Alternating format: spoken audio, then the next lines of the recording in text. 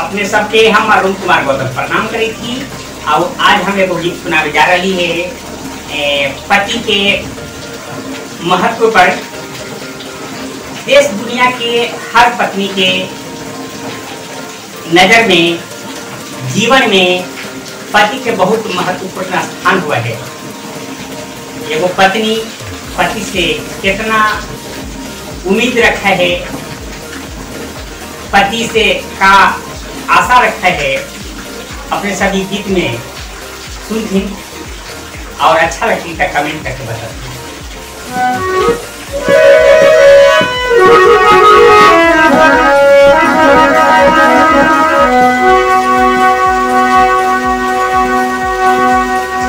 अरे ना चाहिए रुपया न सोना गहना, ना चाहिए पैसा उधार,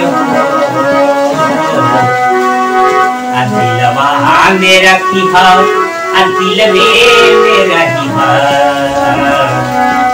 चाहे पिया हमरा तोहर प्यार हो।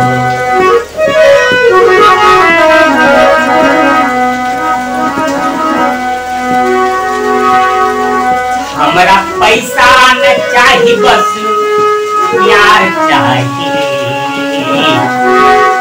हमरा पैसा न चाहिए, बस प्यार चाहिए।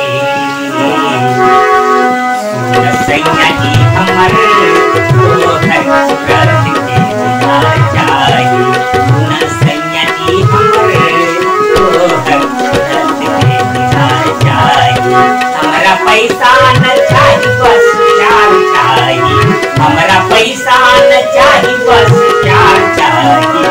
सुन सैया जी हमर तोहर सूरत के दीदार चाहिए। सुन सैया जी हमर तोहर सूरत के दीदार चाहिए।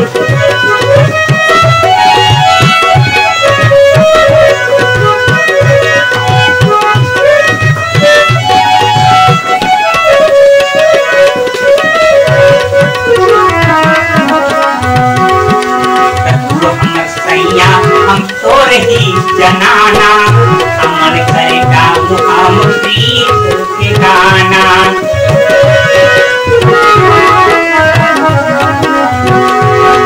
तो हमर सैया हम तो रही जनाना, अमन करेगा हम प्रीत के गाना।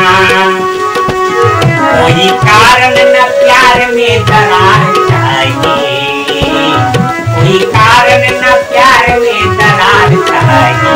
सुन सैया जी हमर तोहर सूरत के दीदार चाहिए। सुन सैया जी हमर तोहर सूरत के दीदार चाहिए। हमरा पैसा न चाहिए, बस प्यार चाहिए। हमरा पैसा न चाहिए, बस प्यार चाहिए। सुन सैया जी हमर तोहर सूरत के दीदार चाहिए। सुन सैया जी हमर तोहर सूरत के दीदार चाहिए।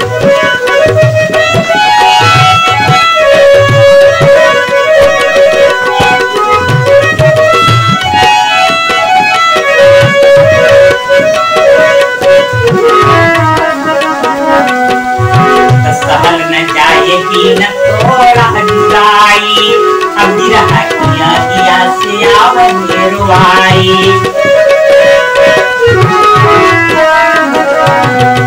सहल न चाहे दिन तोरा जुदाई, किया से आवत रुआई। कौनो बात में न तोहरी नकार चाहिए, कौनो बात में न तोहरी नकार चाहिए। सुन सैया जी हमर तोहर सूरत के दीदार चाहिए।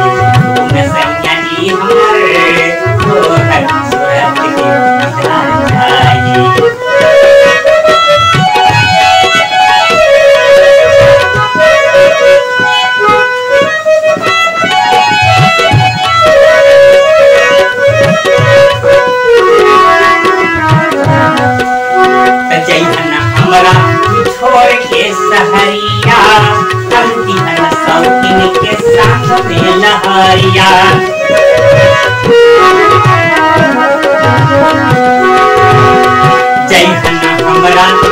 छोड़ के सहरिया अनुपन सौतिन के संग में लहरिया हमरा तोहरे पर सोलहो सिंगार चाहिए हमरा तोहरे पर सोलहो सिंगार चाहिए सैयदी हमर तोहर सूरत के दीदार चाहिए सैयदी हमर तोहर सूरत के दीदार चाहिए हमरा पैसा न चाही बस प्यार चाहिए हमरा पैसा न चाही बस प्यार चाहिए सैयदी हमर तोहर सूरत के दीदार चाहिए सैयदी हमर तोहर सूरत के दीदार चाहिए सैयदी हमर तोहर सूरत के दीदार चाहिए।